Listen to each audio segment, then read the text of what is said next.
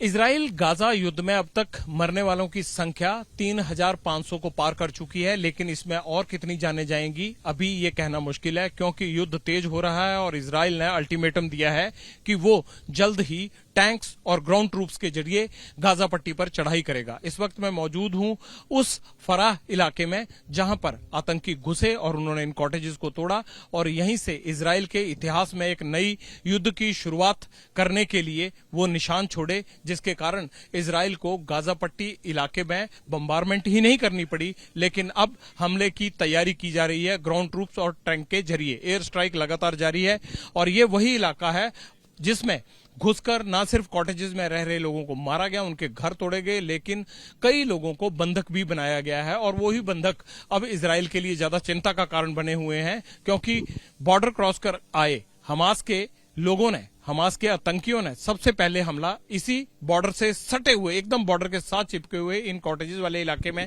किया, जहां लोग अपना वीकेंड मनाने के लिए आते थे। लेकिन अब हमास के खात्मे के लिए जो आतंक की तस्वीर यहां लिखी गई है वो इतिहास बनेगा इजराइल के लिए, और उस इतिहास को कवर करने का मौका एबीपी न्यूज के माध्यम से जगविंदर पटियाल और मनीष शर्मा को भी मिला है। इसलिए इन तमाम चीजों को देखते हुए ये एक इतिहास बनने जा रहा है और इस इतिहास के निशान यहीं से शुरू होंगे और हमास की बर्बादी होती है, आतंक की बर्बादी होती है तो उसकी शुरुआत इसी गांव से होगी जहां पर निर्मम लोगों को मारा गया, मासूम लोगों को मारा गया, बेगुनाह लोगों को मारा गया, उनकी हत्या की गई, उन्हें किडनैप किया गया, उनको अगवा करके अपने साथ ले गए हमास के आतंकी। और अब भी जिस तरह से यहां पर गंध आ रही है, बदबू आ रही है, ये सिर्फ बारूद की नहीं है, बल्कि ऐसे लग रहा है कि मलबे में बहुत सारे लोगों की लाशें अभी भी अंदर कहीं ना कहीं दबी पड़ी होंगी। लिहाजा हम पल पल का अपडेट आपको देते रहेंगे, लेकिन ग्राउंड जीरो पर क्या हुआ, कैसे हुआ, किसने किया, ये पहली बार आप सुन रहे हैं एबीपी न्यूज के